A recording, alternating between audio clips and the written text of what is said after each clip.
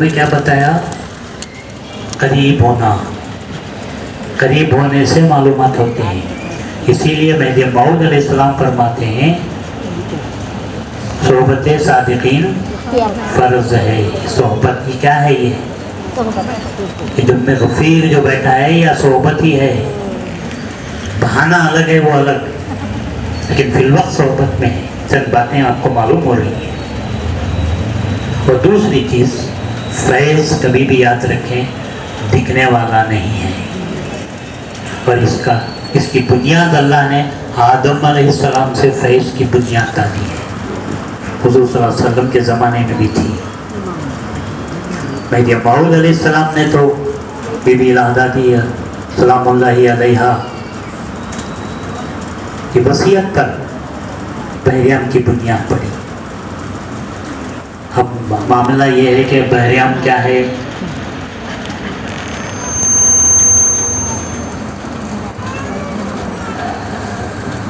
بتا سکتے ہیں بحریام کا خلاصہ؟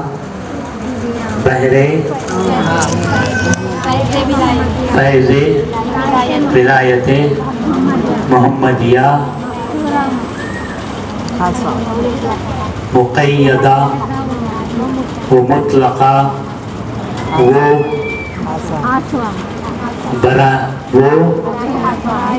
برائے خاص و عام. شروع کہاں سے ہوا؟ بحرے سے. اینڈنگ کہاں پہ ہوئی؟ عام.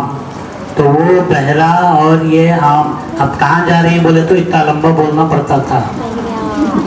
یہ لوگ بولے تھے کہ روز بھاگ جاتے تھے، سننے کے لیے تیار نہیں. آج کا زمانہ کہاں ہے؟ تو اسی لیے پہلا اور آخری لفظ کو لے کے کیا بنا؟ بحرے عام بنا. تو اب آپ اندازہ لگاؤ، ایک بحرے پہلے اور ایک عام میں اتنا لمبا سفر ہے. یہ ہر ایک کی سمجھ میں آنے والی بات نہیں ہے. ایک انسان کے وجود، زندگی اور موت، یہ دونوں کے بیچ کا سفر کیا ہے؟ اچھا خاصا لمبا ہے. پیدا ہوا، دوسرا لمحہ مر گیا. لیکن یہ لمبا سفر ہے. جو سمجھو گے تو وہی سمجھ میں آئے گا، اور نہیں سمجھو گے تو کچھ بھی نہیں سمجھ میں آئے گا. تو فیض دکھائی دینے والی چیز نہیں ہے. فیض اپنے ایمان، عقیدہ، طلب کے حساب سے حاصل کرنے والی چیز ہے. اور یاد رکھیں، فیض کبھی بھی بیٹھے جگہ نہیں ملتا. فیض جا کر ملتا ہے. اسی لیے ہمارے پاس، حالانکہ خواتین بحریام کو جاتے ہیں، ناریزہ لیتے ہیں. پہلے کا طریقہ تھا، پتہ نہیں آج ہے نہیں ہے، جب بھی نئی نویلی دلہن ہوتی تو پہلا کیا کرتے تھے؟ جو بحریام ہوتی اس بحریام کو اس کو لے کر جاتے تھے. جب ایک جا رہی ہے دلہن تو اس کے پیچھے سارے رہتے تھے. تو ایک کے اس میں سب کو بھی فیض ملتا تھا. یہ طریقہ اگر نہیں ہے، کم ہو گیا ہے، تو اس کو عام کرنے کی کوشش کرو. پتہ نہیں کس کو کب کیا نصیب ہو جائے. کبھی بھی ہچکچاؤ مت، پیچھے مت ہٹو. اور دوسری بات جو میں دنیا کی اب بات ہے میں وہ کرنا چاہتا ہوں، وہ یہ ہے کہ جو آج SSLC اور PUC کے بچے اچھے نمبرات سے پاس ہوئے ہیں، جو سیکنڈ کلاس جسٹ 50% میں پاس ہوئے ہیں، ان سے میں کہتا ہوں کہ وہ کبھی بھی اپنے آپ کو مایوس یا کمتر نہ سمجھیں. کامیابی ملی، یہی بہت بڑی بات ہے. اور اس بار کا جو کریکشن بھی ہوا ہے، اب تک کے کئی سالوں کا جو کریکشن، پیپر کریکشن ہوا ہے، وہ سب سے زیادہ ٹف ہوا ہے. تو یوں بھی جو سیکنڈ کلاس پاس ہوئے ہیں وہ میں تو ان کو کہوں گا کہ وہ فرسٹ کلاس ہی ہوئی ہے. ایک تو یہ ہو گیا. دوسری بات، پاس ہو جانے کے بعد ہمارے پاس صرف 3 دروازے ہیں. پہلا دروازہ ہے MBBS کا، دوسرا دروازہ ہے انجینئرنگ کا، اور تیسرا دروازہ ہے، کون سا ہے تیسرا دروازہ؟ کمپیوٹر سائنس یا جو بھی ہے. اس کے علاوہ اور کچھ بھی نہیں ہے حاصل کرنے کا. اس کے علاوہ بہت سے ہیں. انشاءاللہ میں نوجوان بچے اور بچیوں کے لیے ایک گھنٹے کی گیدرنگ رکھوں گا. اس میں میں آپ کو بتاؤں گا کہ کتنے کورسز ہیں. 2 سال 3 سال کے کورسز ہیں جس میں تم سب اپنا کیریئر بنا سکتے ہو. ایسا نہیں ہے MBBS ڈاکٹر ہی بننا ہے، انجینئرنگ ہی کرنا ہے، ایسا نہیں ہے. LLB کوئی نہیں کرتا. IAS آج تو سب سے زیادہ کمتر کون سا ہے معلوم؟ BSc teacher. کیا ہے ٹیچر؟ چھوڑو. انجینئر، ڈاکٹر آ جاؤ. اور دبئی میں ہیں تو سو جاتے ہیں ان کے قدموں میں. پتہ نہیں وہ دبئی کا کیا روگ لگا ہے، کیا کھجلی لگی ہے. وہ بچہ کہاں ہے؟ دبئی میں ہے، اور ہمیں بچی کو دینے تیار ہے.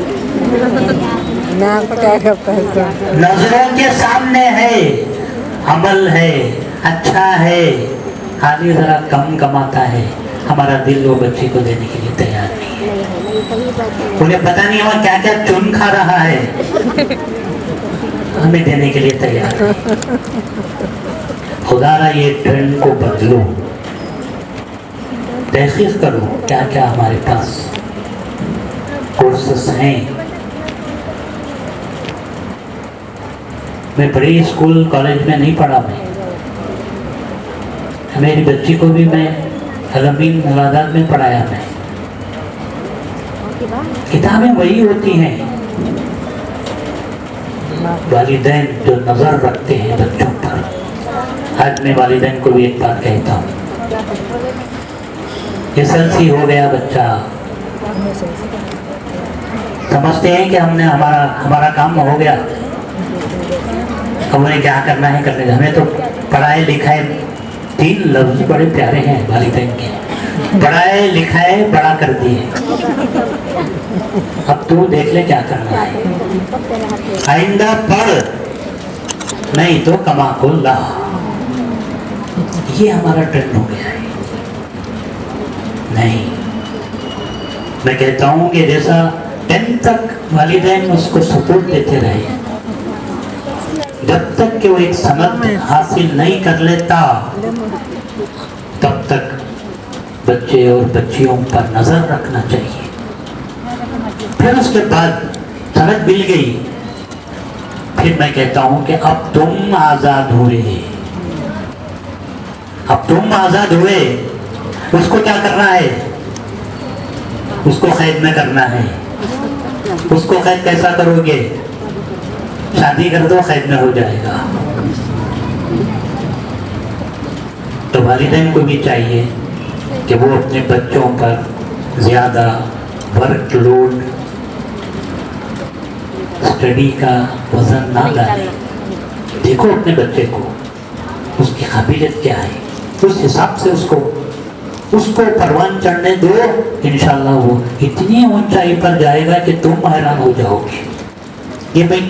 یہ بات میں اپنی طرف سے نہیں کہہ رہا ہوں، میں قرآن کی آیت سے بات کہہ رہا ہوں. اللہ خود کہتا ہے کہ میں اپنے بندوں پر رائی کے دانے کے اتنا بھی بوجھ میں نہیں ڈالتا. کون کہہ رہا ہے یہ؟ کس کے تعلق سے کہتا ہے؟ بندوں کے تعلق سے اللہ فرماتا ہے. اور ہم کیا کرتے ہیں؟ ہم اپنے بچوں پر بوجھ ڈالتے ہیں. اس لیے میں کہتا ہوں ارے سب یہاں کی بات ہے, کوشش کرنا تمہارا کام ہے. تو آج جو بچے یہاں پر آئے ہیں میں ان کو مبارکبادی پیش کرتا ہوں. اور آج اس مجلس کے انعقاد میں ذرا ایک بات عام ہو گئی ہے کہ سارے کا سارا کام میں ہی کرتا ہوں. اس سے بڑا جھوٹ نہیں ہو سکتا. آج میں کلیئر کرتا ہوں. ایک آدمی سے یاد رکھو اتنی بڑی محفل نہیں سج سکتی, اتنا انتظام نہیں ہو سکتا. اس کا کب ہو سکتا ہے؟ دو باتیں ہیں. ایک, تم اپنا دل اور اپنی نیت صاف رکھو, پھر دیکھو سمندر پر بھی تم قابو کر سکتے ہو. پھر اس کے بعد نظر رکھو تو کس پر رکھو؟ اللہ پر نظر رکھو. یاد رکھو جو دنیا پر نظر رکھ کر کام کرتے ہیں, اللہ کہتا ہے تو نے دنیا پر نظر رکھی, جا میں تجھے دنیا ہی دیتا ہوں. تو نے مجھ پر نظر رکھی, جا میں تجھے اپنا فضل دیتا ہوں. تو اس طرح اس کے علاوہ بھی میں بتا رہا ہوں کہ سارا جو انتظام ہوا ہے میرے اکیلے کا نہیں ہے. حصہ لینے والوں نے اس میں حصہ لیا, پیکنگ کرنے والوں نے پیکنگ کی, خریدنے والوں نے جا کر بازار میں خریدا ہے. تو اس کا مطلب کیا ہوا؟ ایک جٹ ہو کر سب کام کریں گے تو یہ اس کا نتیجہ ہوتا ہے. روشن چہرے اور کامیاب مجلسیں کب ہوتی ہیں؟ جو دل اور سوچ ایک ہوتے ہیں. یہ دل اور دلوں کا, سوچ کا ایک ہونے کی علامت ہے. اور یہ یہاں تک محدود نہیں ہونا ہے, یہ یہاں سے ہر محفلوں میں, ہر کام میں, چاہے کہ وہ دین کا ہو چاہے کہ وہ دنیا کا ہو, ہم سب کو ایک سوچ رکھ کر کام کرنے کی کوشش کریں. انشاءاللہ العزیز اللہ اس میں ضرور کامیابی دے گا. اور میں ہماری فاؤنڈیشن کا اپنے آج اس بار میں خاص تہ دل سے شکریہ ادا کرتا ہوں کہ انہوں نے دل و جان سے اس محفل کو انہوں نے سجایا, اور اس کا اجر سب سے زیادہ اللہ بہترین اس کا اجر دینے والا ہے. اللہ سے دعا کرتا ہوں کہ حضرت امام محمد مہدی موعود علیہ السلام, امر اللہ, مراد اللہ, خلیفۃ اللہ, معصوم من الخطا علیہ السلام کے صدقے و طفیل میں جن جن دامیں, درہمیں, سکنے اس اعتبار سے حصہ لیے ہیں, اے اللہ تو ان کو بہتر سے بہتر اجر دے. اور نوجوان بچے بچیوں میں نماز کی پابندی ہونے کی توفیق عطا فرما, اور ان کے دلوں کو تو روشن کر دے. آمین ثم آمین. وآخر دعوانا ان الحمدللہ رب العالمین.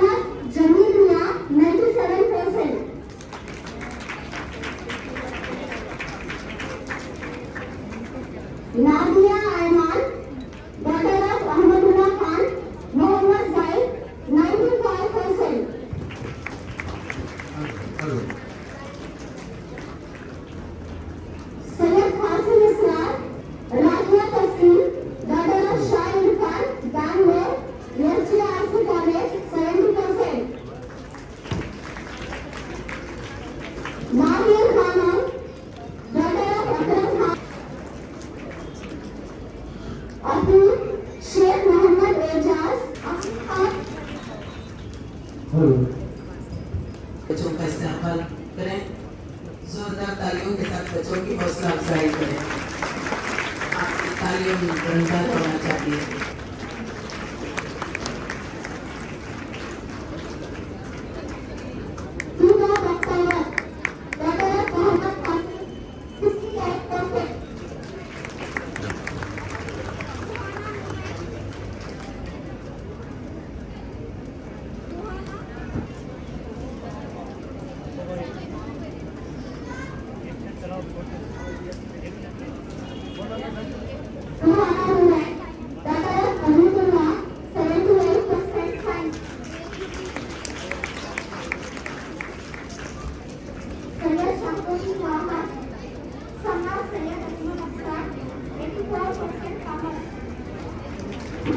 چمکنے لگا ہے عرب کا ستارہ، نبی کی ولادت کا دیکھو نظارہ، چمکنے لگا ہے